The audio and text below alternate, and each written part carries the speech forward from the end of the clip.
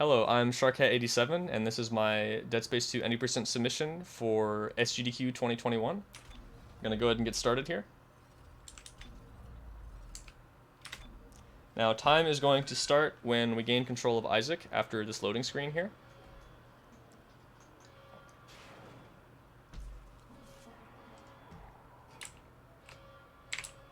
Okay, so this is Dead Space 2, the second game in the Dead Space trilogy. We are playing as Isaac Clarke. Oh, this chair, please. Okay. That chair can block you and force you to restart from that checkpoint. Okay. Alright. Alright. What was I saying? Dead Space 2. Okay, so we're playing as Isaac Clarke, who is an engineer, and it is 3 years after the first game, after we were sent to the Ishimura to respond to an SOS distress call, where we discovered the marker, an alien artifact, and a bunch of these enemies called necromorphs, these sort of alien zombie creatures. And we were found floating in space by EarthGov, who runs this space station called the Sprawl, and they found that our brain has marker codes in it, and they want to use those marker codes to build more markers, and, well, they did. And we don't want that because the marker is used to make necromorphs, which is bad, obviously. So what we're trying to do is escape this hospital, find some help, and eventually find a way to get to the marker and try to destroy it.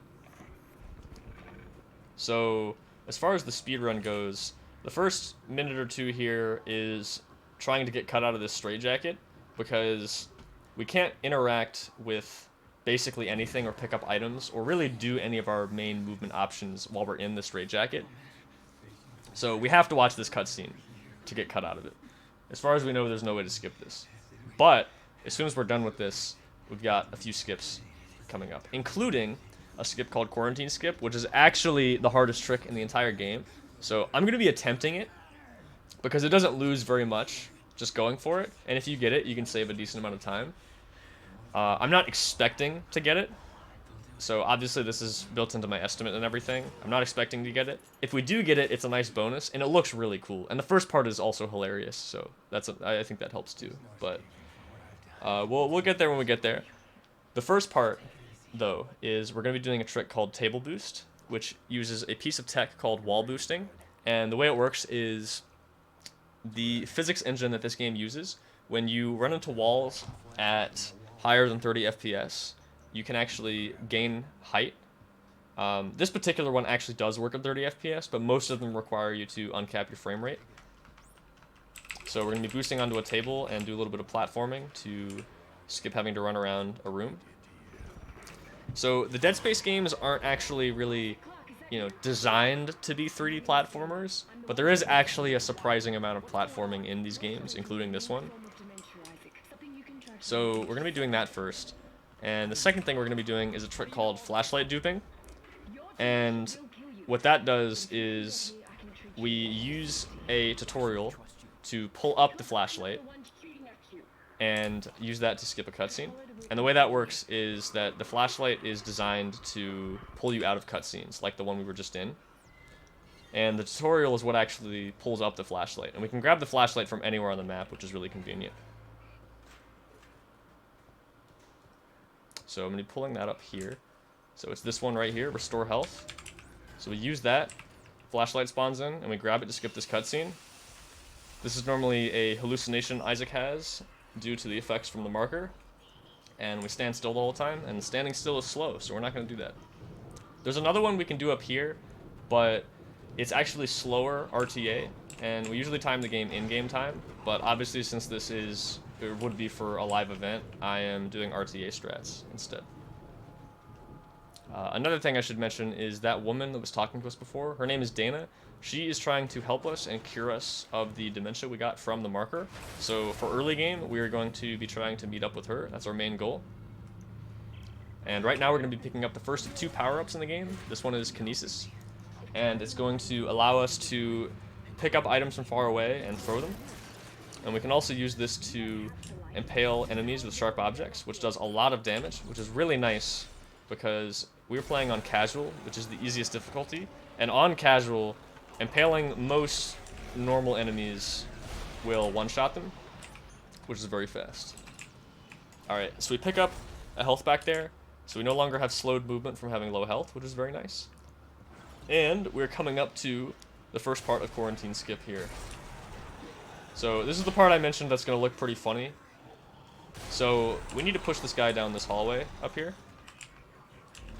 And this guy does not want to leave the room that he's supposed to be in here. He is programmed to try to run back to that room, but we are not going to let him. So we're going to have to slide him all the way down this hallway here. And once he gets far enough away from that room, his AI kind of just forgets and goes idle like that. And he will just stand there. Now, fortunately, doors will stay open for enemies, so he's going to hold that door open for us, which is very nice of him. And we're going to grab our first weapon here, the plasma cutter, by watching this cutscene. Now, the reason why we need that guy to hold that door open is because it will deload the next room that we go into. And the reason for that is the way this game loads stuff is that it usually only has the room you're in loaded fully, and the next couple rooms sort of half loaded. But if the game still has the previous room loaded, it can't load in the next room because it's only allowed to have so many rooms loaded at once. So he's holding that door open, that room's still loaded. So when we walk into this room, a certain part of it will deload, and the game will no longer be able to load in new stuff unless we open doors, which we're not going to, because we want this to stay deloaded. Because one of the effects of that is we can walk through locked doors, like we did just there. There's an invisible door there we walk through. And now, since we haven't loaded anything else by loading in doors, this next room isn't going to be loaded at all, so there's no collision. And we're going to abuse that to hopefully open a door and skip a fight. See if we can get it. That might have worked. Nice, we got it. Okay. So opening that door loads in the level around us, which is why I had to pause the game, because the game will continue to load things while you're on the pause screen. So I was actually scrolling my mouse across the desk there too, by the way, to interact, to open the door. That's the main, I guess, controller bind that people change on the PC version. Is in addition to having activate on E, we change it to be scroll wheel because we can open doors a little bit faster, pick up items faster, and open doors faster for tricks like that. It makes it much, much easier. Doing that trick with an E press is extremely hard. I don't know if anyone's actually done it, to be honest. It's still really hard with scrolling, and the pause timing is also very difficult. But scrolling, it makes it easier. But yeah, I have to actually turn the mouse upside down, scroll across my desk, and then use the other hand to mash to be able to do that. What the fuck? But we got it, so that's really nice. Like I said, I'm not expecting to get that trick. For this submission, I was hoping I would get it, and we did, so that's nice. And we'll save a little bit of time because of that as well. Alright, get another little chat with Nicole. Very nice of her. And we get to keep going here.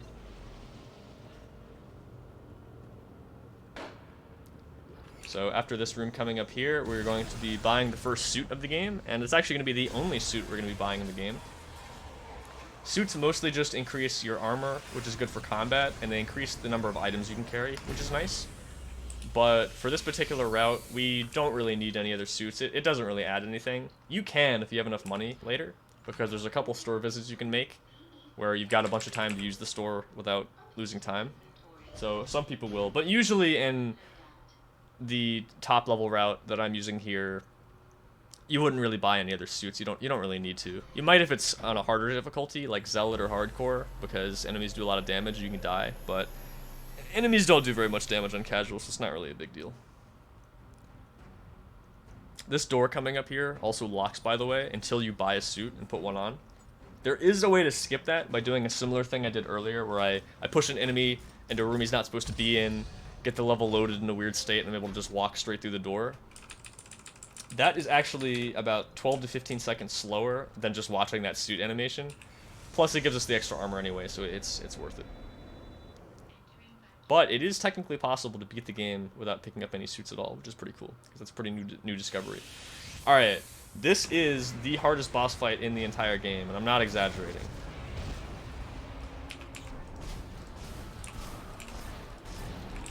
And blink and you miss him. There he goes. Yeah, the Dead Space games aren't exactly known for having the greatest boss fights of all time. There's a couple here and there. There's a couple that are pretty good. This game doesn't have very many of them. Now, to be fair, on harder difficulties, that guy is actually pretty hard. On casual, he's kind of a joke.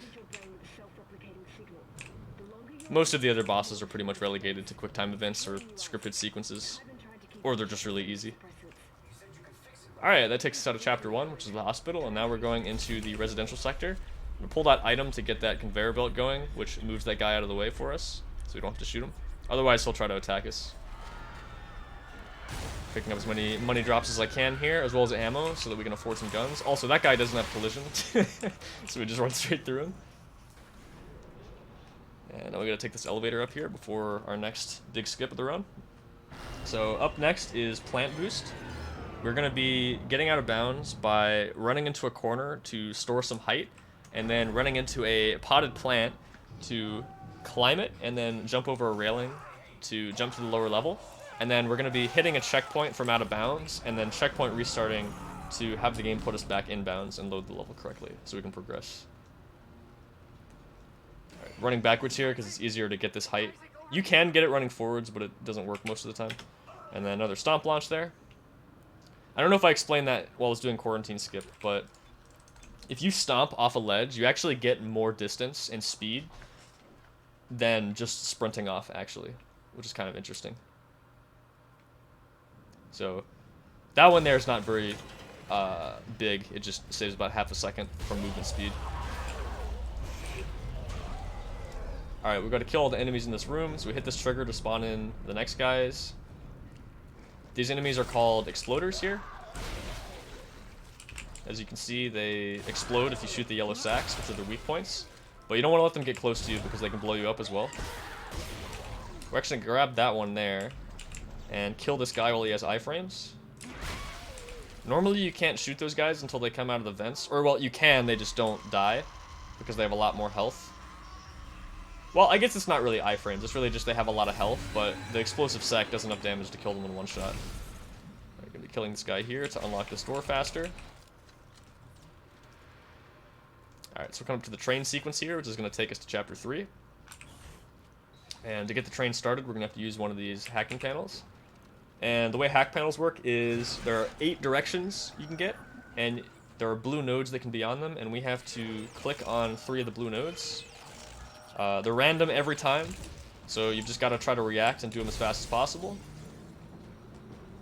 I would say that's probably one of the places most people lose the most time due to just random factors. This game's actually really consistent overall, which is nice. So there's not too much randomness. Most of it is from either those hack panels or enemy patterns or spawns. But even then, it's not usually a big deal. Oh, I actually don't want that. There we go. But it's pretty common to see people get at top level, get within 30 seconds of summer best, even though it's, you know, an hour 20, hour 30 game. Just because of how consistent most of the run is.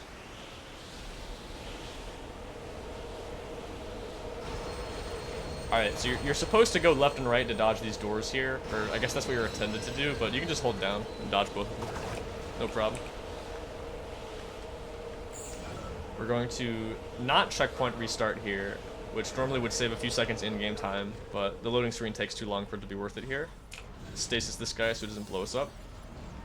And hit this cutscene. Alright, so the train is having a little bit of trouble reaching its intended destination, as you can see here. So once we get to Chapter 3, which is coming up here, we're going to have to be taking a different route to get to Dana than she originally planned for us to take, but that's okay. Alright, so we get some, I guess what would be called struggle mechanics here, where the game is actually moving my aim up and down while I'm not touching the mouse. Or without my input, rather. So you have to fight that a bit to aim here, and the goal is just to kill all these enemies as fast as possible to progress. Gonna be trying to do TK damage here. Try to avoid taking damage there. Alright, that wasn't too bad. So we want to avoid taking damage there. Besides it just being slow, it also makes Isaac move up and down and side to side even more than you normally do there, so it becomes very difficult to aim if that happens. So then you actually end up usually losing more time after that just because you can't aim rather than, you know, just compared to the original hit that you take. Alright, and that brings us into chapter 3. What happened? I thought we lost you. Unscheduled stuff. Where am I? How did you end up there? Hang on. Gotta dodge this guy, kind of wiggle my camera there because sometimes you can get stuck on him if you get the wrong camera angle. Damn it. I'm an active. Alright, so we are locked in this room until a character's dialogue comes up and finishes, and that doesn't start until we kill all of these enemies, so we're going to try to do that as fast as possible here. Avoid that guy grabbing me. That enemy we dodged earlier came back to follow us, we get rid of him too, and that's all of them. So this is Strauss. He's another patient that was also infected by the marker and was experimented on. I suppose I forgot to mention, you might have heard it in the background from some of the dialogue, but the guy that runs this place, Tideman, wants to kill all of the key subjects, that's what Isaac and Strauss are called, because they know how to destroy the marker. And Tideman doesn't want that, because he wants to use the marker's power. So he's essentially the main villain, and he's the one chasing Isaac and Strauss here. So this elevator here does not unlock until Strauss is done talking. We can see here that we've already reached our destination here. You see the little blue line going out that door. You can't use the locator if you're moving, so you can use that to tell if the elevator's actually gotten to the end or not. But fortunately, since we have to wait for that anyway, we actually have a lot of time to use the store there to buy our next 2 weapons. Okay, I'll be careful. Okay. So the 2 weapons we bought are the javelin gun and the line gun. We're not going to be seeing the javelin gun for too long, but it does speed up combat quite a bit, and it is used for 1 skip in chapter 5. Not the javelin gun, the line gun is extremely broken, and we're going to use that for a bunch of skips throughout the game, and it's also extremely broken damage-wise, especially on casual. Grab that money. We're going to shoot out that vent there, which opens up a vacuum in space, and then we close it. This vent here is locked, and it's on a timer until a certain amount of time passes after you close that vent, so we just do that as fast as possible.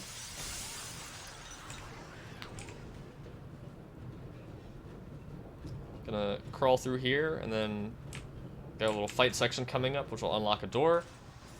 And we will be in our first 0G section of the run. Now, 0G is extremely broken in this game because you can fly around freely anywhere on the map with it. The 0G is limited by how big the 0G area is. So you can't just fly anywhere in the game, which would obviously be very broken. There we go. But we can still use it for a lot of skips in the game. So first of all, I'm going to cancel this launch animation right here. Nice. And I'm going to be doing something called a wiggle clip, which is essentially wiggling Isaac's body into paper-thin walls in the map and trying to clip through. Just like that. Oh, that's a little scary. Okay, nice. If you go too low there, you fall out of the 0G bounds. Alright, so it is faster in-game time to hit this checkpoint and restart, but RTA, it's actually faster to just load the level in like that. Very nice. That skips having to run down that hallway, hit the panel, run back, wait for a door open, and then fly through a really slow tunnel.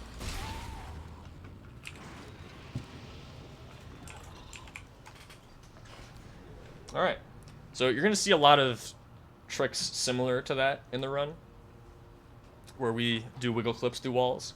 There's actually another method of getting out of bounds in 0G, which is called align clipping. You didn't see me use it there, but there's an align function that's used to orient yourself if you get turned upside down. It's really useful in casual play, because you can get lost pretty easily if you get rotated at a weird angle. But the way it moves Isaac, we can actually abuse that to clip through ceilings. So we're going to use that much later in the run, but I'll mention that when it comes up. Alright, got another little short skip coming up here. So I mentioned we can deload levels by having an enemy hold open a door and then going further into the level. This is another way to do it. So I'm actually going to call this elevator through the wall.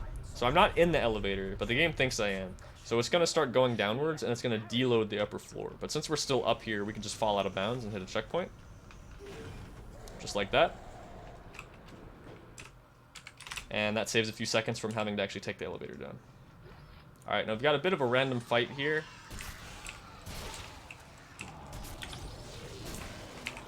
That's fine. Just gonna have to react to what enemies we get here. Ideally, we want as many exploders as possible.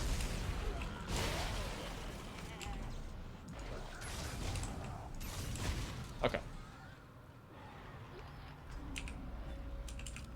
A little low on some of our ammo, but we should get some drops in this next chapter, so that's okay.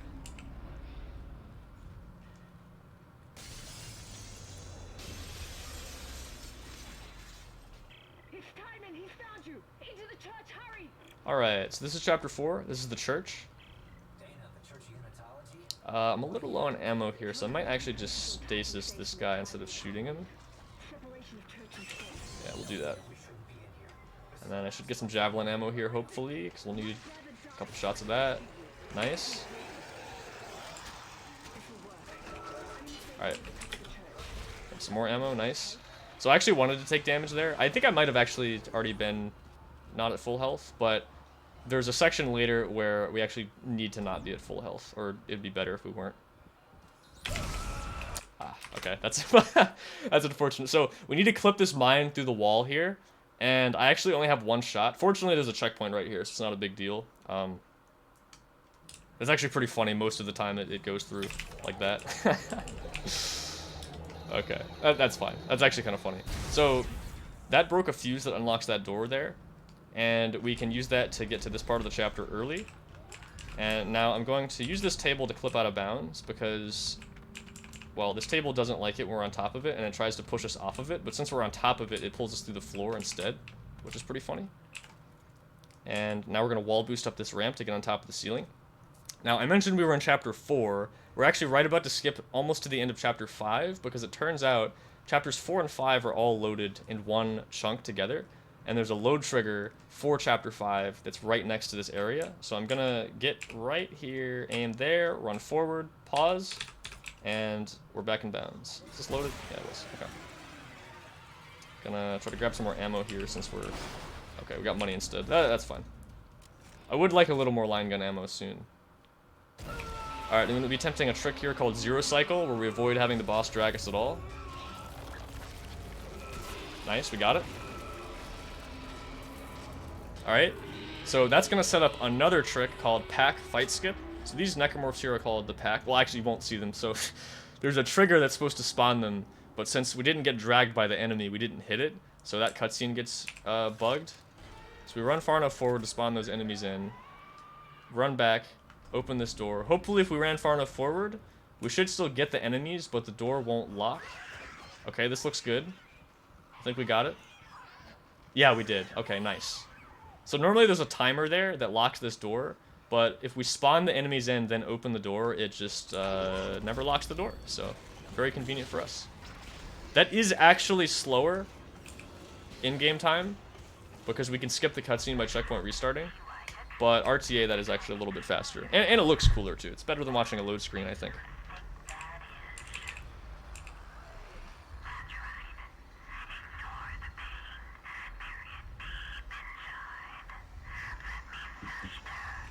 Alright.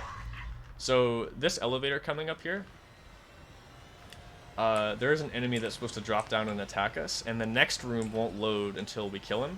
But if you just shoot out the vent, he'll never spawn. So, we're all good. Dana, you still with me?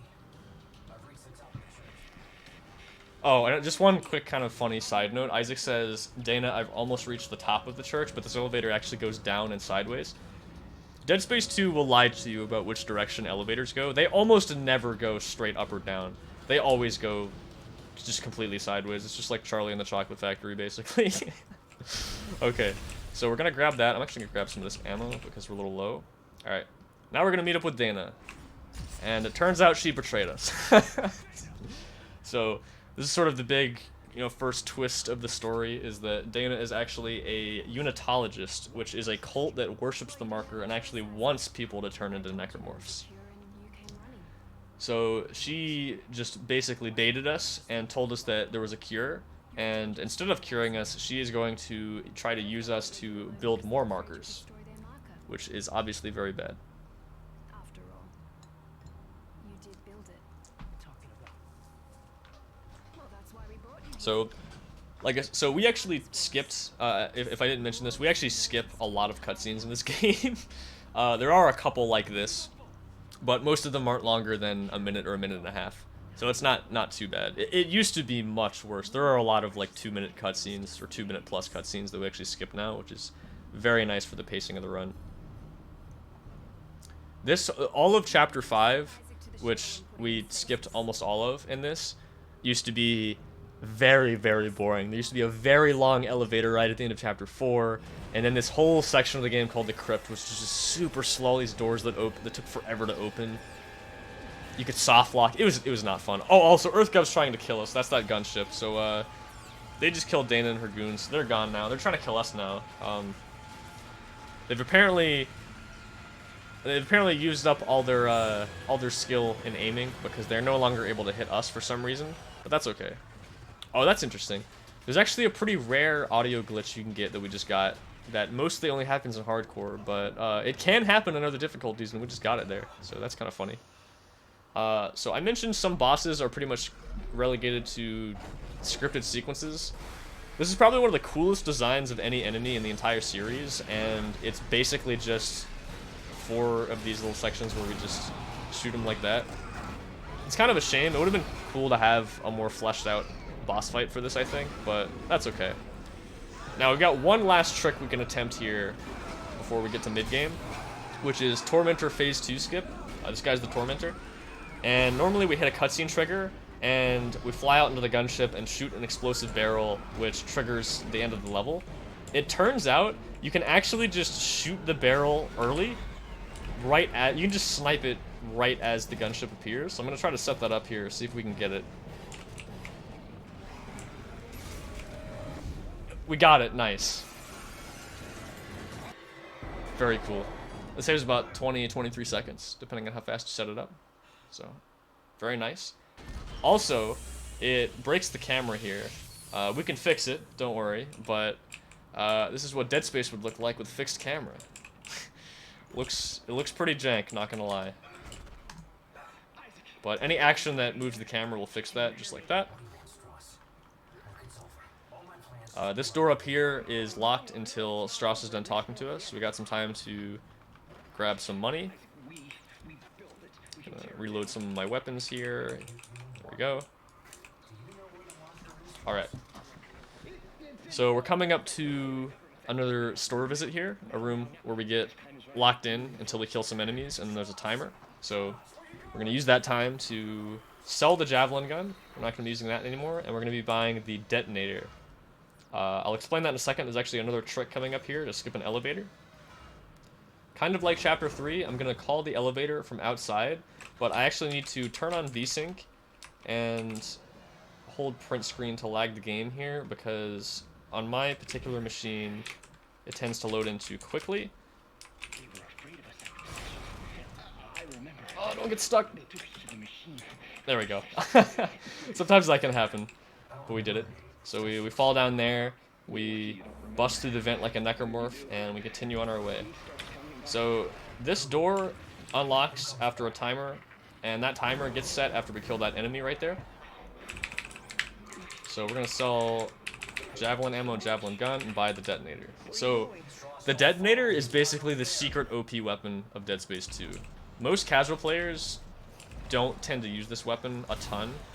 The game sort of encourages you to buy it because it shows up in the store here if you get the schematic.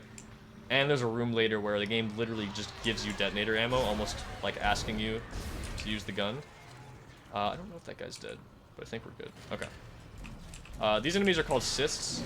They shoot out these explosive balls that do a lot of damage. We're just going to run right past them.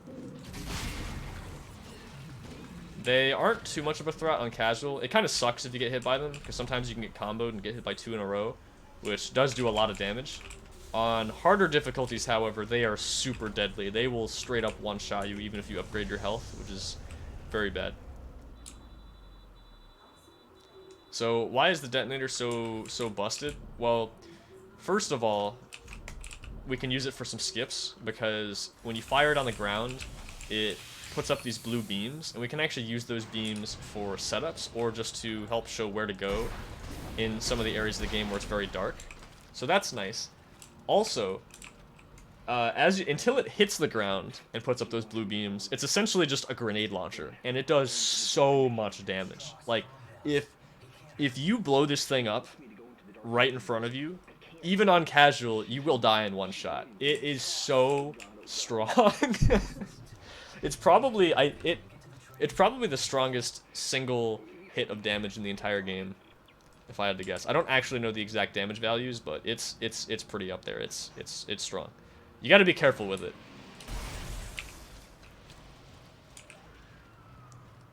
But like I said, we can also use it for utility purposes, which is what we're going to use it for here.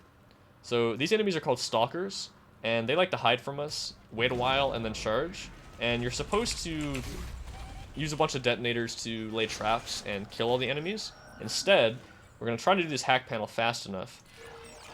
And the reason I lay that mine there is because sometimes you can get a bad pattern. That pattern was actually really good. That was very lucky. So the amount of time it takes for them to charge you is random. So sometimes they'll charge right away, sometimes like that, they'll wait a really long time and then charge. I have to be completely out of that hacking animation, even after I finish the hack for the door to unlock. So if you are one frame from being done with that animation, even though you're done with the minigame, and you get hit, the door doesn't unlock, and then you have to reload the whole room. Fortunately, we have the detonator, so we can lay a trap there, so even if one does run at us, it'll just hit that and die, and we don't have to worry about it. Alright, we got two short cutscenes here. We get introduced to one of the other main characters of the game, Ellie.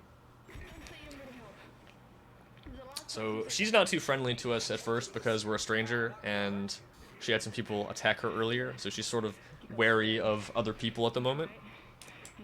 But after not too long, we're going to be teaming up with her and eventually forming a closer relationship as friends and stuff. But we're not going to be seeing a lot of that character development because we skip. If you thought we skipped some of the Dana cutscenes, we skip so many cutscenes between Isaac and Ellie, so their relationship ends up not really making much sense at all in the speedrun, but I think that's kind of funny. What do you think we were trying to do? So essentially Isaac is just saying, I'm trying to get to the government sector because this guy Strauss told me that the marker's there, and that's why he's trying to get there.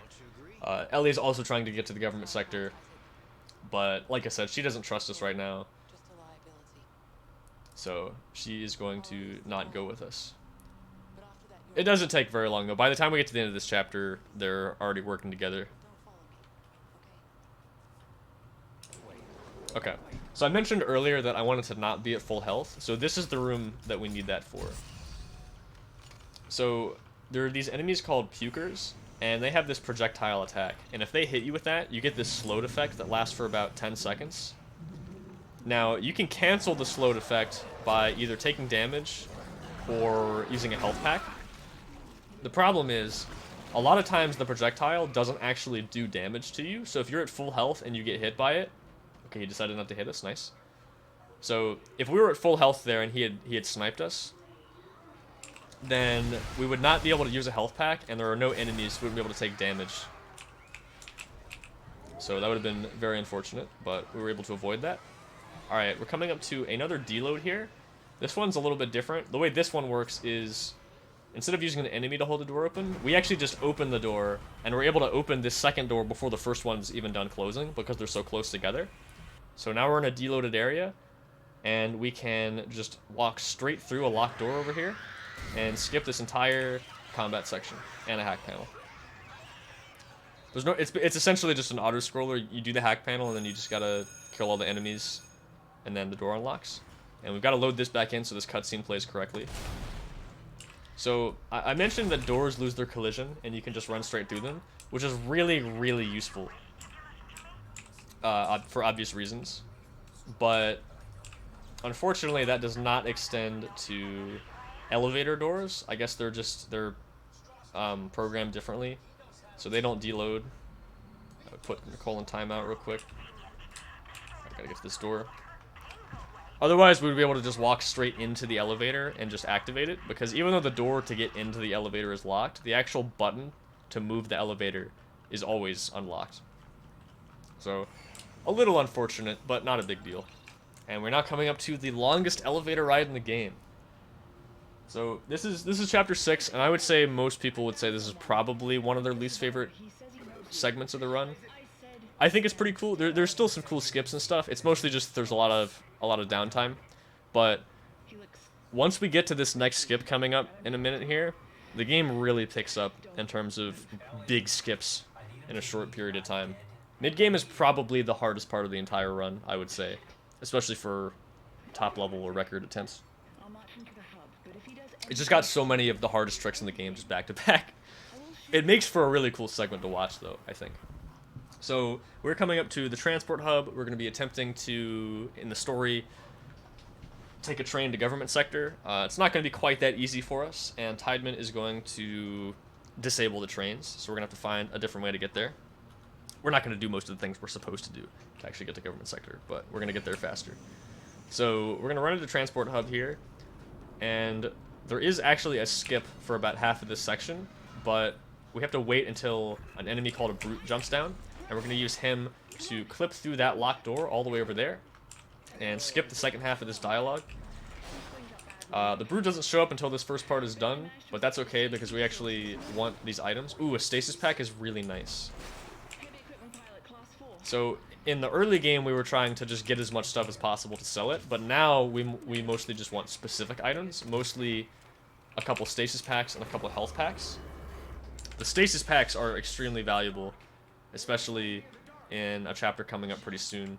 And the health packs will be nice because there are a lot of pukers later in the game, and if we get hit by them, we want to cancel the slowed effect. Alright, so Brute clipping, which is what we're coming up on now, is probably one of the hardest things to do in the game because it requires pretty tight timing and enemy manipulation to get the enemies to actually do what you want. And sometimes they can decide to just not do what you want. That's a little rare, but it can happen. So I'm going to do my best to get this. Again, these are also tricks that I'm not necessarily 100% expecting to get, but we're going to do our best to get them. Okay. So he's going to drop down. I'm going to shoot him to make him charge here. Nice, we got the fast animation. And I'm going to stasis him at certain times here to get him in the right spot. Now I shoot to bait him again. And we got it, nice. And that's transport hub skip. Oh, where am I? There we go. So this level is deloaded now, so there's a lock, or not a locked door, but just a regular door I walk straight through, so that skips the door open animation. Use the detonator like a grenade launcher to kill that guy. And this is the elevator that takes us to chapter 7, but as soon as the chapter 7 text appears, right there, we can checkpoint restart to skip that cutscene. I need him to die there. Oh, and there's another place where we got hit by a puker, but we canceled it. Very nice. I've had runs there where I'm not expecting him to hit me, because it's pretty rare, and then he does, and I don't have a health pack, or I'm at full health. Very unfortunate. Alright, so this is chapter 7. Now, this game has gotten a lot faster in the last year, and part of that was because of this skip. This is the biggest skip in the entire game, saving about 8.5 minutes over glitchless. And essentially what we're going to do is we've already clipped out of bounds, and I'm going to be doing a setup here to get all lined up. That looks pretty good. Oh, let me just make sure. I'm pretty sure that would have worked, but better safe than sorry. That looks pretty good. I think that'll work. Okay. So this 0G area, for whatever reason, is massive. Most 0G areas in the game don't extend very far above the level, or just, you know, far away either. And this checkpoint is really far away. There's a checkpoint all the way at the end of chapter 7. We're supposed to take this long elevator up, go do a whole bunch of stuff to turn the power back on, and then come all the way back down. We're not going to do any of that stuff. We're going to fly all the way to the top. Once we hit the top, it flips us back forward, we go forward, and if we did the lineup right, we should hit the check. We should just barely get enough distance to hit the checkpoint all the way at the end. That looked pretty good. I think that should have worked. We'll see in a second though. You can't tell until the loading screen's over. So let's see. All right, first try. Let's go. Very nice. Right outside. Hurry! And we're immediately going to do another little trick here. You got it? Okay, cool. So normally there is a dialogue that plays there which starts an auto-scroller. And that auto-scroller at the end will unlock a door that takes us to Chapter 8. But normally the door's supposed to lock there. But you can actually hit the trigger for the auto-scroller and not for the door that, you know, makes it lock. So that means we can have as much time as we want to use this store, which is really nice. So I'm going to, let's see. You kind of have to do this on the fly a little bit based on what you have. So we actually need the flamethrower, which is pretty funny because it used to actually be a meme in the community because it's not exactly the best weapon in the game. It's pretty good. It's better than the flamethrower in Dead Space 1, that's for sure. That one is really bad. But we actually need it for a trick in late game because it has the ability to shoot a lot lower down than a lot of other weapons we have, and there's a spot where we have to snipe some enemies from pretty high up, and otherwise we're not able to reach them. This inventory actually looks really good. I think I'm good with that actually. So there's only one more purchase we need to make in the entire run, and it's not until chapter 13, right before the final boss, where we need to sell one of our weapons and buy the contact beam. We actually already have enough money for the contact beam, so it doesn't really matter which. We need to either sell the plasma cutter or the flamethrower. Plasma cutter doesn't sell for anything, so most people usually opt to sell the flamethrower. Doesn't really matter. Whichever happens to be closest in the menu, I can just sell. So that's nice. I use 45 there on the air counter to know when to run. So by the time we get to this door, it'll be open. Grab this extra item. Oh, another stasis pack? Oh my god, that's so lucky.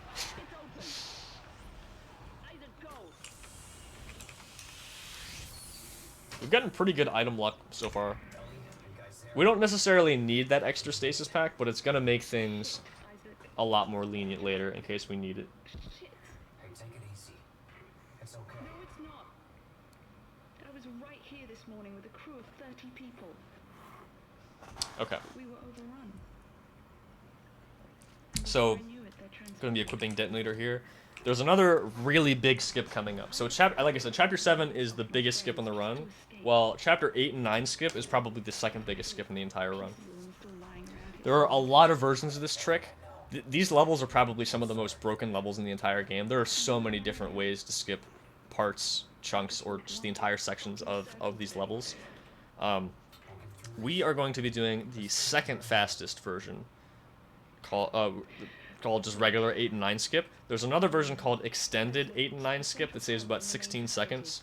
It's extremely risky though, and it's usually only used in world record attempts. So we're not going to do that for this run, just for safety, because if we miss this trick, we lose 3 minutes. If you miss either version. And because of that, I'm actually going to be taking a safety save here in case that happens.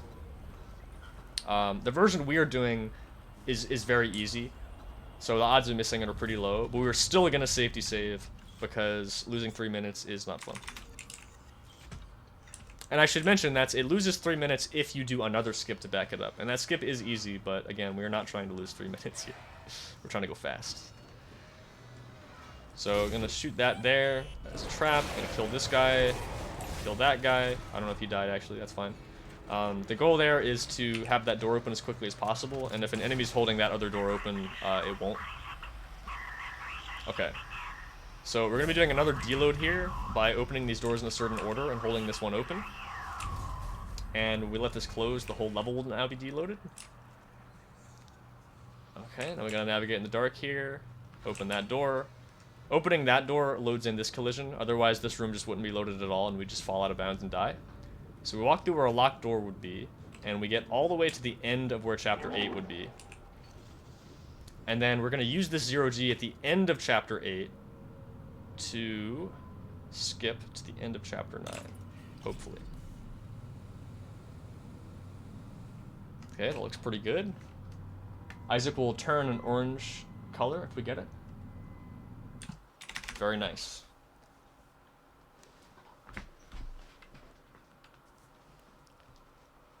So like I said, there's another version called Extended 8 and 9 skip that you can do there, but it's very, very risky, and the setup is much more precise than the one I just had to do there. Alright, so we run around the right sides of those crates to manipulate those stalkers into not charging us. And now we've got another hallway with a bunch of cysts, so we're going to be trying to run past as many of them as possible, while trying not to get blown up as well. Does that want to kill that guy? Very nice. Alright, and we're now at the very end of Chapter 9. This is the last room. We'll be taking that with us so we can use it. We gotta blow up these canisters, and I'm gonna wall boost there to get out of bounds off of that elevator. I don't see the canister. Alright, that's fine. Guess we don't need it. Unless I can find it. Oh, okay. Oh, okay, we used one of our stasis packs, that's alright. Alright, I'm not sure where that third one went. It might have fallen out of bounds. That can happen. That's not really a big deal, though. There's another one of those tripods. That was actually the same guy we fought as the first boss in the game.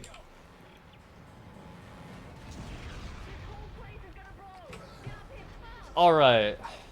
Got one more cutscene here, and we're in Chapter 10.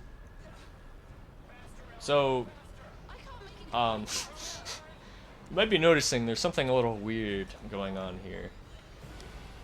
And that thing is that there are 2 pairs of Ellie and Strauss.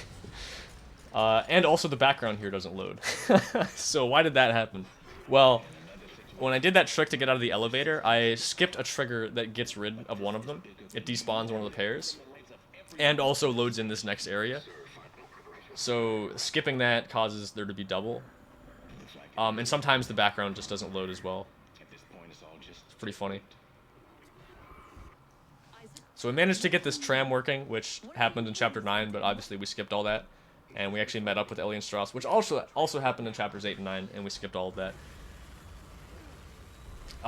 And we were currently trying to get to GovSec, but Tideman blew up the track with the solar beam from Chapter 7 that we also skipped. So we happened to see the Ishimura, which we actually can't see because the background didn't load, but it's there. And that's where Chapter 10 is. So Isaac has the idea to get all the way to the captain's nest on the bridge and use its gravity tethers to pull all of GovSec back and be able to get across the rails. Doesn't seem too probable, but you know, it's a sci-fi game, so we'll go with it. So we were revisiting the Ishimura, which is actually the ship that Dead Space 1 takes place on, so we get to revisit some of the levels from that game. Now, this chapter is probably the hardest segment in the game. It's got a lot of pretty difficult tricks back to back. I'm going to do my best to get all of them. And while Chapter 1 might be the hardest skip in the game, I think a lot of people would maybe consider this one to be harder. I suppose that's debatable. Chapters 1 and 10 are both very difficult. But either way, we are coming right up into the first skip of Chapter 10 here, which is Flight Deck Skip. And the way this is going to work is there's a checkpoint down there somewhere below that will put us at the end of Flight Deck. So we're going to deload this room and do a stomp launch to hit that checkpoint. Are you okay? I'm going to put a mine here because sometimes these door pads will not load. And that will make it kind of hard to see. So I'm just putting those up just in case. Sometimes the mine can also explode and the door pads won't load. It's pretty much random, so we'll just see what we get. Seems fine. Alright, room's deloaded. We actually did get a door pad, so I would have been able to see. Otherwise, you just have to navigate there in the dark, which is doable. It's just kind of annoying. Alright, gonna get into this corner, and now we do our setup to get in the right spot, the right angle. That'll work. And then we stomp. Wait for his little falling animation to reset. Something funny I actually didn't mention about that is that you're not really intended to fall in most places, and you can kind of tell because the falling animation isn't looped correctly, and it'll just very abruptly reset like that. But it's actually kind of nice because we can use that to tell how far we're supposed to fall for certain setups like that. Because a lot of the times you actually end up hitting the checkpoint right as one of those little jitters happens. So I pull those boxes to skip a cutscene where we get knocked down by that guy. And we're coming up to the second and final brute clip of the game. Now, like I mentioned before, brute clips are pretty difficult, so we're going to try to get this first try. It is actually still faster to get this second try than to not do it at all, so it's definitely worth going for. Do my best to get it right now.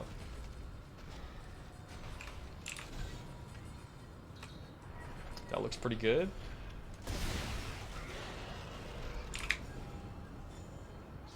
Nice, we got it. Okay.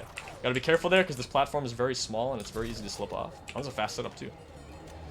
Alright, so I mentioned stomping is faster than running off, and using a line gun to damage boost yourself is actually twice as fast as running off. So we use that to just barely hit that checkpoint and skip that fight and a pretty long elevator ride. Now I've got to hit the elevator to call it back down, otherwise we got to wait for a long time on the way back. Now the goal of this part of the level, we sort of skipped an explanation at the beginning with flight deck skip, but we can't just go straight to the bridge because the centrifuge in the engineering deck, which is where we are now, is broken and we need to fix it. And the only way to get a tram to take you to the next part of the level is to come do this puzzle and fix the centrifuge. Now, we're setting up a pretty complicated trick, probably one of the two most complicated tricks in the entire game, which is decontamination skip. This room locks on the way back after you finish the puzzle and you have to do a whole fight. We're going to deload the entire level just so we can walk through the locked door. And it may not look super fast because of all the shenanigans that we have to go through, but I promise it is actually much faster than doing that fight. That fight takes a very long time. Oh, that guy juked us, but we got around him.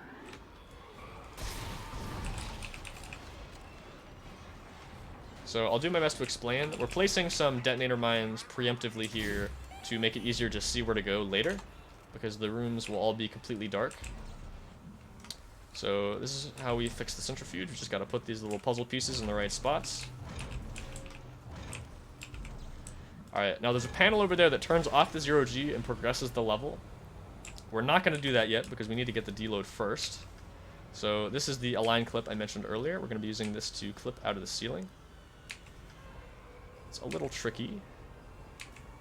Alright, that wasn't too bad.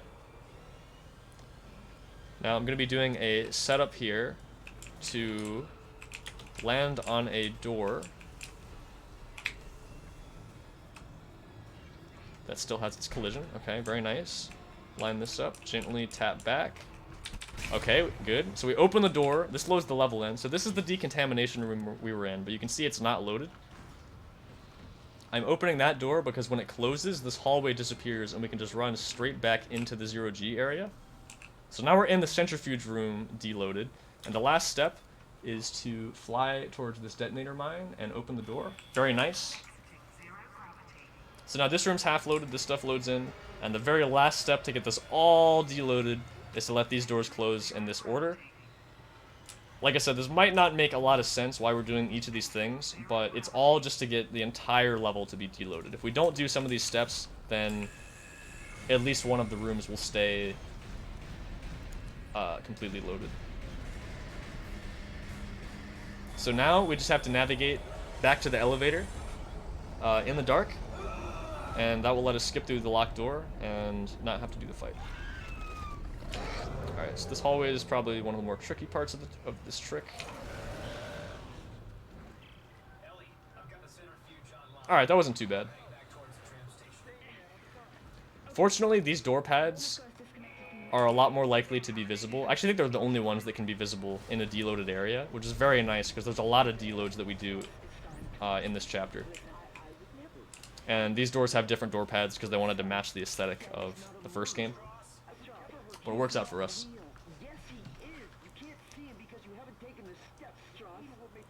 Alright, well, all things considered, this is actually a really good Chapter 10 so far. I'm pretty happy with this.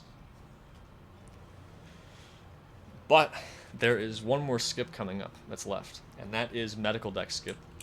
So like I said, the game is taking us back through a couple of the levels. So we went through flight deck, we went through engineering deck, and the last two levels that we go through are medical deck and the bridge. We're going to be skipping most of medical deck by getting another deload to skip through a locked door and skip having to take a lift up and then down and then running around, fighting a bunch of enemies. We're going to try to avoid that. And the way this one works is we've actually got to use some enemies to hold a door open, go open another door, and then when we come back, the next room's deloaded. Fortunately, we don't have to actually push any enemies like we did with Quarantine Skip. In this case, they're already going to be in front of the door, we just need to stasis them. And normally with stasis, you wouldn't be able to hold them there long enough, but there's actually a stasis canister, which we haven't seen much of in this run. But it performs the same effect as stasis, but the effect lasts longer, and it lasts just long enough for this trick to work. Ooh, we only got 2 out of 3 enemies. That's actually really good luck, too.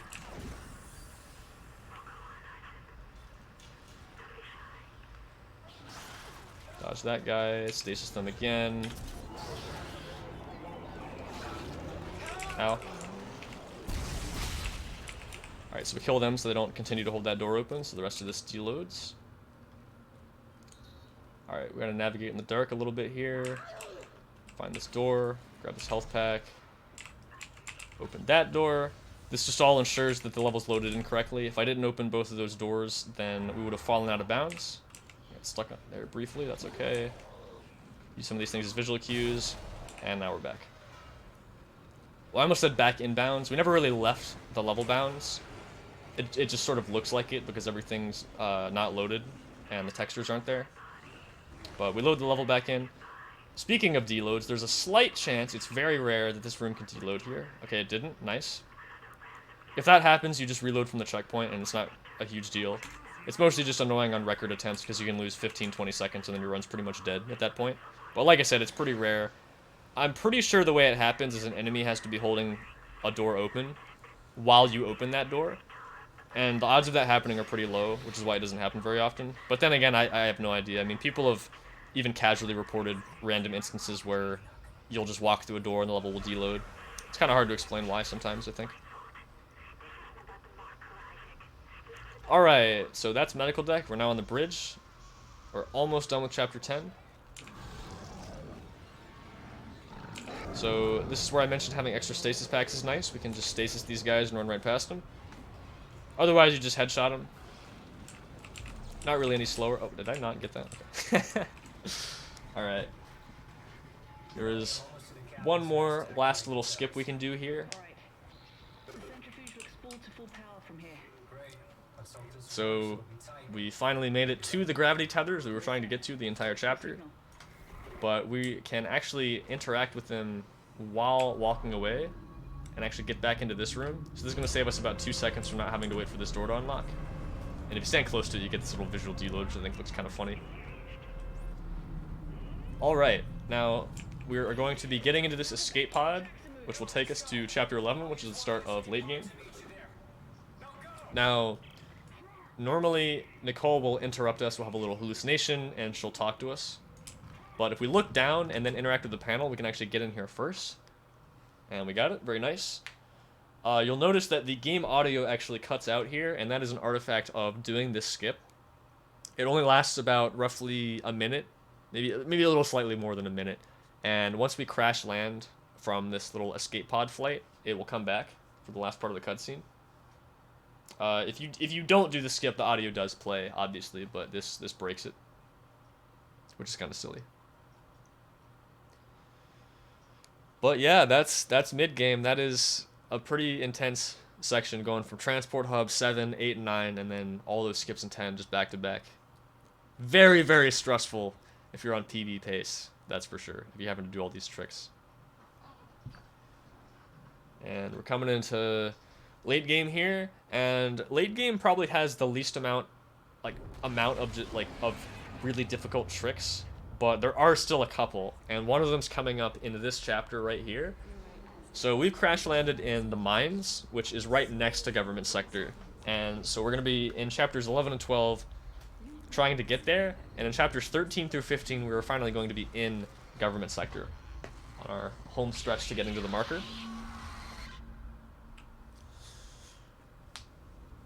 Strauss also, we can see, is going insane here. And he's going to attack Ellie. and we're gonna try to meet up with her as soon as possible. And another thing we're going to be doing here is trying to get to this door, because when Isaac says Strauss here, he stops moving. So we want to open the door before that second one. Alright. So here's another room where we've got to kill a bunch of enemies to unlock a door. We're going to be trying to shoot some timed mines in specific places to kill these enemies. If we do this in the same way every time, we can manipulate the enemies to going in the same spots. Oh, he didn't die. Okay, that's fine. Alright, kill this last guy. Got him.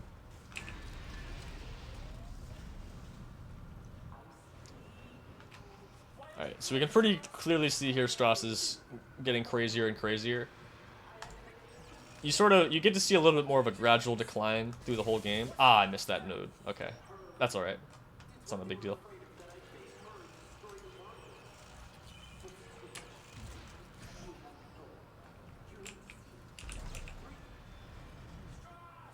Alright, there's going to be some cysts here that you're normally supposed to stop and shoot, but we're going to do our best to just run right past them without getting blown up. Nice. Alright, there's going to be this sort of artificial, organic matter on the ground, and it slows us down, but it's actually faster to aim and walk here than just walk normally. Alright, and the goal of this room is to pull out a battery, which will unlock a door and let us progress. So we're going to be... Or rather, we have to replace a broken battery. Okay, that guy hit me. We're gonna run around this way. Grab this.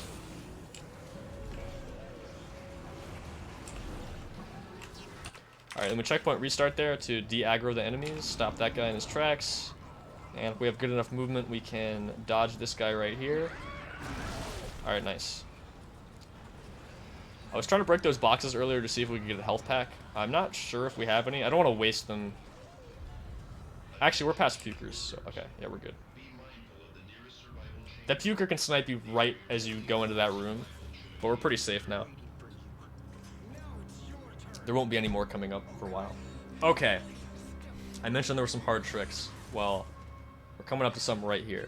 So, this part is pretty insane. And I'm gonna do my best to explain all of it. It's pretty complicated how all of it works, and it's honestly a miracle that it does at all. And most of this is really new, by the way. Like we're talking the past month. This trick is not. This trick is pretty old, but you do need to do this trick to do the other ones. So this is Strauss kill skip. Normally you go through the rest of chapter 11, and Strauss attacks you, and then the marker influences you and causes you to kill Strauss. We're going to skip that whole section of Chapter 11 entirely by clipping out of bounds and lining up with that part of the background and hitting a checkpoint. And the effect of this, besides just skipping part of the level, is that the 0G area here never disappears. Normally it does when you leave through a certain door, but we skip that door. So the 0G bleeds over into the other part of the level now. So this is the elevator shaft at the end of Chapter 11. Also just known as the shaft. And the trick we're going to be doing is called putts, or punch up the shaft. And this strat actually used to be a really big meme for years, because it was known that you could use the 0G to punch up the entire shaft and get to the top, because the 0G area doesn't extend all the way to the top. So we can't just fly all the way up there, but if you start punching while you're in 0G and then you leave 0G, you actually still keep the 0G properties until you stop punching. And one of those properties is being able to stick to walls like this. So I'm going to punch onto a specific part of the elevator and keep punching until we get to the top, and I'll actually be able to get out of bounds by platforming and skip a cutscene. So the reason this was a meme is because you used to have to punch outside of the shaft and not on the elevator, and it would take about, I think it's 3 or 4 minutes, I don't remember the exact number. And this actual elevator ride in its entirety only takes 2 minutes. So obviously that's a lot slower. But then a runner by the name of Living Looney Bin figured out that you can actually get on top of the elevator like this, so you can still reach the top at the same time as just not doing this, which is really nice. I also did a slight enemy manipulation at the beginning of this room to cause only 2 enemies to spawn, and I did that by waiting a certain amount of time before launching. Now, this is another trick where things can go wrong. I'm going to do my best to show this off. If we fall off at the top, we'll lose about 2 minutes. Depending on how the run's going, we might actually have enough time to do it again if we miss. I'm going to take it slowly and do my best to not miss it. But this skip is also required for another big skip coming up called Drill Skip. Because we need to be able to skip this cutscene to do that. I think we're almost at the top. Yeah. Okay. I'm going to focus a bit here, and then I'll explain Drill Skip when we get to that. But we're trying to get on this platform up here and get out of bounds.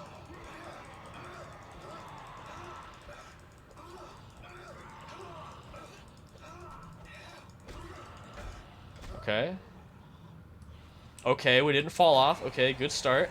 This part's pretty terrifying. Come on. Okay. So this is the part where we need the flamethrower. For safety here, I'm also, since that guy's pretty far up there, I'm gonna just do that to blow him up. He should be dead. And that door's on collision. That door's unlocked, so we're good. Okay. Oh boy. That part may not look that scary, but it's pretty terrifying. It's not that hard, but it's easy to mess up. Okay, whew. Let's punch up the shaft. Ooh, that one will get your heart going. Like I said, you can't jump in this game. If you fall, you have to punch up that entire shaft all over again. Okay. Alright, so this door right here normally plays a cutscene, but if you open it from that side first, then this side, it doesn't play the cutscene, but it gives you a property of the cutscene, which is it makes you entirely invincible, which I can show off right here. So we cannot take any damage, and we cannot die. And that actually, besides being really cool, is necessary for Drill Skip. So this skip is pretty complicated because we have to actually do both of those previous skips for this to even work at all. And there's a lot of moving parts here. And we actually had almost figured out this entire skip early this year, but we were missing one piece, which was get off the drill. Like, find a way to start the drill and then get off. Because the way this level works is instead of having the level load in when Isaac travels far enough down the level, it's all triggered by the drill. And this section's a really big auto-scroller. It used to be one of the worst sections in the game, but we're going to skip all of it now. So we grab that panel for later. We grab these items. Oh, I forgot to mention, we boost over the railing there, and we skip a cutscene with Ellie. I just lost the control holograms. So Ellie's supposed to, at this point, be on the top of the drill. She's not. She's right next to us. And you'll see here, we're actually going to overlap these cutscenes here while we wait for the drill to turn around. And this is not exactly what's supposed to happen, as you can probably tell. I think I've got it from We're doing this to kind of just chill here while we wait for the drill to turn around.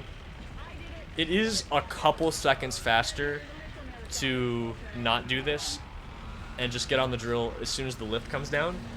I'm actually doing this, well, one, because it's hilarious, and two, for marathon safety, because if you accidentally touch this cutscene trigger while you're getting on the lift, you will soft lock the game, and depending on when you checkpoint restart, there is no way to recover it without loading a save file from an entirely different playthrough of the game.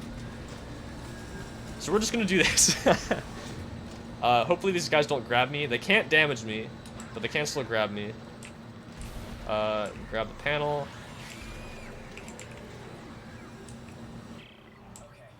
So we're gonna turn VSync on here to make getting on this thing a little easier, and we're gonna use it to clip off the drill. Just like that, very nice. Gotta wait for the drill to go out of bounds. There we are. Now we're gonna go run up and do a setup.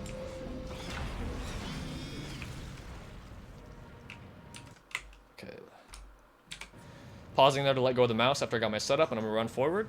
And when the drill gets far enough away, it will deload and we will fall. Now, we skip an auto-scroller and a bunch of cutscenes. The only downside is we have to wait here for about a little over 2 minutes, pretty much just floating in the dark here.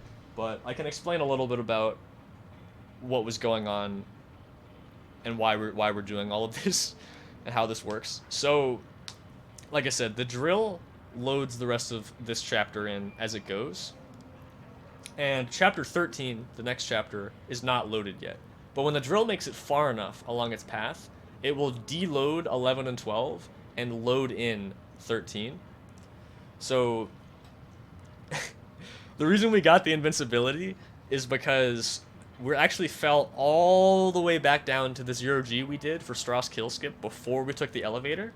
But the game has a soft lock timer that will kill you if you're falling for too long without hitting the ground. And otherwise you can't make the distance. So the invincibility is actually required to fall all the way back down here.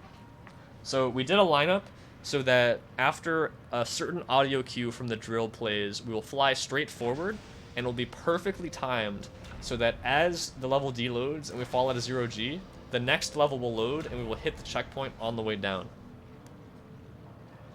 Hopefully that made sense. Like I said, this whole thing was an insane process of a bunch of small discoveries that eventually just culminated in this whole thing. Alright, so I'm just listening for these sounds here. We have to wait for the 7th of these drill sounds to fly forward. It's pretty easy to tell because there's about a minute between the 6th and the 7th one. So that is...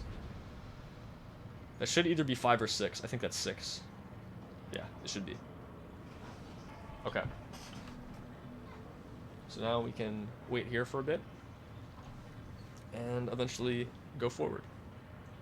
So we're going to skip a bunch of cutscene at the end of this chapter and the next chapter, which just shows Isaac and Ellie using the drill to get into the government sector and trying to meet up. And they're actually used to the skip where we clip to the floor and hit a checkpoint. And that was actually used to be one of the old holy grails of this game because you're in a section where you're on a 2-story level and you're on the top. And if you could just get to the bottom, you could skip a whole 2-minute cutscene right after this long auto-scroller and cutscene. So that was really nice when we found that. This actually skips just past that, so we won't get to see that. But there is another pretty difficult trick coming up right after this one as soon as it's over. So we're just waiting here to know when to go forward. Should be any second now. There it is. Okay. So I make sure not to touch my mouse at all, not to mess with my angle, and we just go forward. And after the second jitter that Isaac does as he falls with his falling animation, we can checkpoint restart. I'll wait a second or two more just to be safe. There we go. Alright, I'm going to turn off VSync now because we don't need it anymore. Oh, one more thing to note about that now that we're done with that is that we actually needed VSync on so we could be locked at 30 FPS there because you fall slower at 30 FPS and that's required for the setup. And now we're in chapter 13. So we're really on the home stretch of this run now. And this is the last pretty difficult trick of the run. It's got a really silly name. It's called Idiot Skip. And the reason it's called that is because we are going to be pulling a battery out that normally locks a door, but we get out of the room before the door closes. And we skip having to listen to Tideman call us an idiot. Well, we still hear him say that, but we don't have to wait until he's done talking to be able to progress. And we're actually also going to be getting a deload because if we have a certain door open when he calls us an idiot, like right as he says that, the room will deload. And we can use that to skip another cutscene with Nicole. Ah, panel got in my way. Alright, second try is still very good for that. Your movement has to be really tight there to be able to make that timing, and if you're a little bit too slow, you'll get locked in, which isn't the end of the world. You lose about, I'd say, 40-50 seconds, I think, not doing this trick. So there it is. That peeker tried to snipe me, but that's okay. Let's check our inventory real quick. 2 health packs? Okay. Alright, so as soon as that video log disappears, this room loads back in. Nicole starts talking to us. We just walk right past her. There's some locked doors here. We don't care about locked doors. Walk right through them.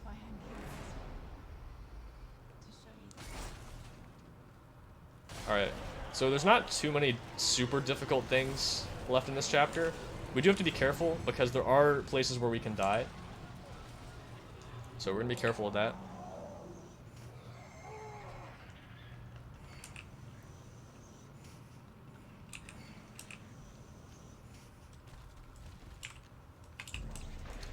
Alright, we gotta replace a broken battery to unlock this door. Fortunately, we don't have to kill any of these stalkers. We're just gonna ignore them. Come on. Batteries are probably one of the most annoying mechanics in any of these games. Especially if you've played Dead Space 1 casually, those batteries are awful. They do not want to cooperate with you most of the time. So we got trolled a little bit there, but that's not really a big deal. Alright, so this is known by most runners as just the laser room. You're supposed to go around this pretty slow and go in those little alcoves there. But it turns out if your movement's good enough, you can just run all the way around the interior of that and just skip the whole thing. Do it in one cycle. It is actually theoretically possible to do a faster cycle, but it's your movement has to actually be almost perfect. It's no one. I think some people have gotten it before, but it's very hard, and it's risky too because the lasers will one-shot you. Oh, and also you might be wondering, well, why is that a problem? Because aren't we invincible? Well, unfortunately, checkpoint restarting gets rid of invincibility, so we don't have invincibility glitch anymore. But fortunately, we don't really need it.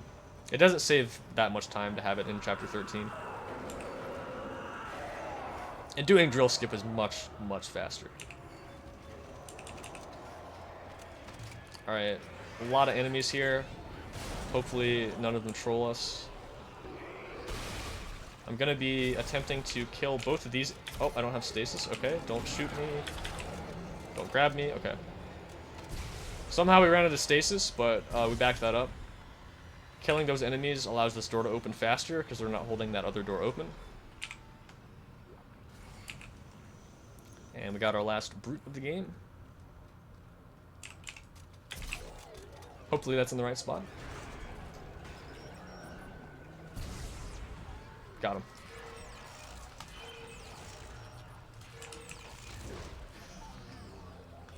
Alright. That is almost all of Chapter 13. Last couple things we gotta do are we have to sell one of our weapons to free up a weapon slot, buy the contact beam for the final boss, and take an elevator, have a short little chat with Tideman, and then the eye poke machine, which, if you've played this game casually, is probably one of the things that you remember the most if you got to this point in the game. It's very memorable. Sell plasma cutter and buy contact beam. Nice.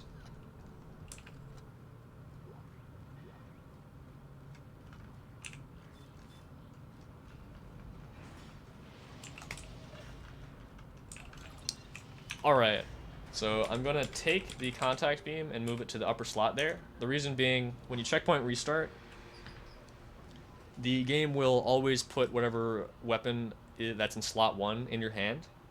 And we're gonna checkpoint restart to skip a cutscene before the final boss, and so we want to just have this gun in our hands right away so we can buffer the shot. Oh my god. All right, so this is the marker that Isaac helped build, and is causing all these problems in the first place. And we are gonna try to destroy this thing. What are they doing? They're all coming to the marker. So I guess I'll go ahead and explain the last major trick of the run, because that's going to be coming up pretty soon, right after we're done with eye poke.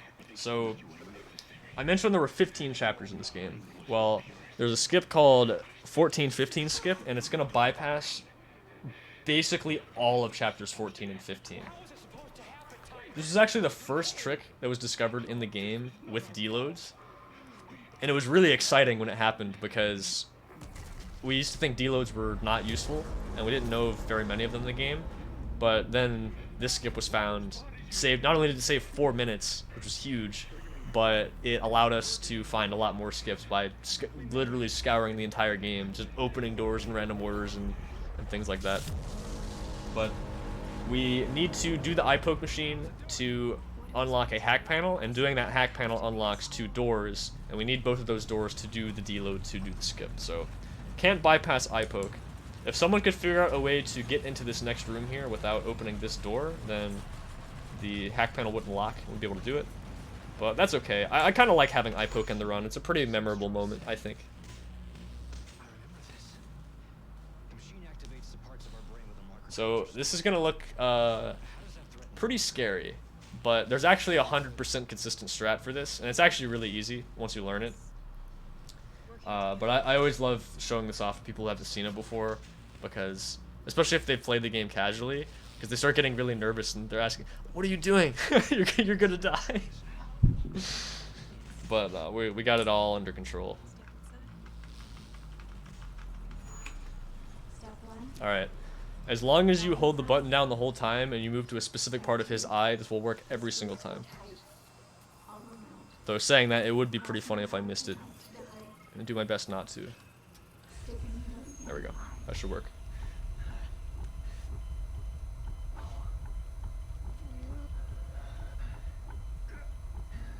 Very nice.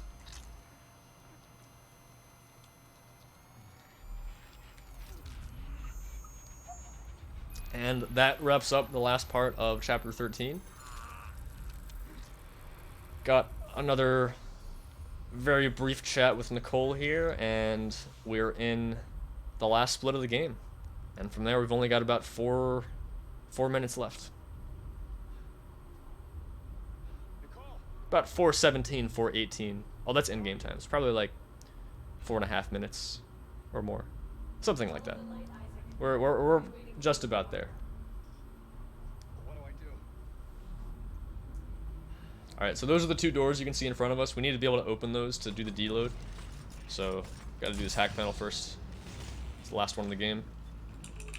There's an enemy here called the Ubermorph that can regenerate its limbs. He's supposed to sort of follow you around and attack you over the last whole part of the game. This is the only time we're gonna see him. Wait for this vent sound. Shoot a mine. And that'll blow him up.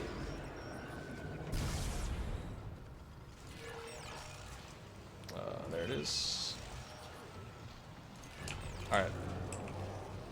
Here we go. Getting on this ledge can be a little scary, so we'll see if we can get it. Nice, we got it. Okay. Alright, that should have worked. We're really in the home stretch now. We're almost there. Very nice. Alright, so now we have our final confrontation with Tideman here. He's doing his best to kill us still.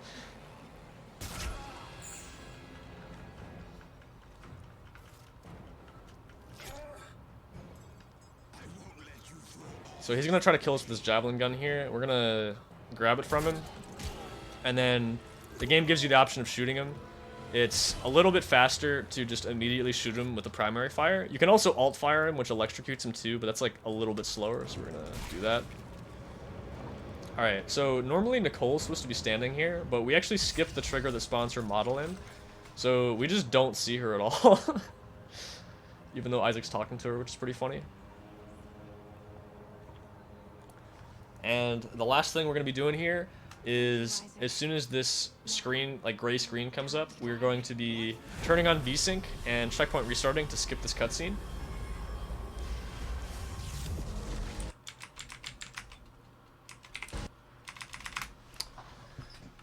Alright, and the reason we have VSync on is because it allows the boss's hitbox to stay open a little bit longer, which lets us one-cycle the boss.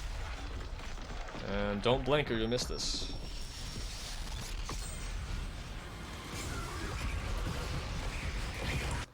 And turn off VSync here, and that's it. Well, time's coming up after a quick time event after this last cutscene here, but that is pretty much the last thing that we have to do.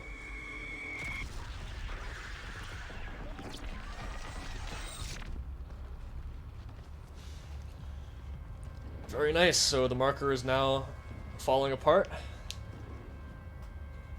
And, oh, I should mention, we skipped a cutscene at the beginning of chapter 13 where Ellie finds a gunship and Isaac reprograms it to fly away so that she can get to safety, and he leaves her behind. So now he sits here all sad, thinking about his decisions. But don't worry, Ellie's coming to the rescue. So the very last thing we have to do here is, after Ellie comes in and says that she's going to rescue us, we have one last little flying section. We can die here, although dying here is a meme, because it's pretty hard to die here. I'm gonna be honest. These little flying sections in Dead Space 2 are not very challenging. So I do still have to pay attention though, because dying here can lose about half a minute. So we're gonna try not to do that. Complete bastard. This was overall a pretty solid run. Like I said, the game is pretty consistent. So if you're well practiced, you're pretty likely to get most of the tricks first try. Now move your ass. Ellie, it's too late. I did build into my estimate plenty of time to account for missing tricks. Like I said, quarantine skip and brute clips, things like that are very difficult, and some of them can lose a decent amount of time if you do miss them. But it should be lenient enough that it would be just fine. And I've done lots of runs like this before that were RTA, so I have a pretty good idea of what's doable. Alright, so time is coming up here as soon as this E disappears on the QuickTime event, and we get pulled into the gunship.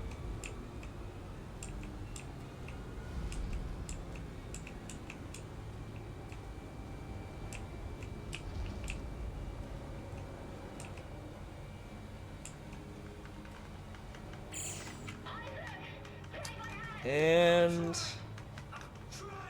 time. Very nice. That is Dead Space 2 90%. It has been a pleasure to make this submission video and to submit in general.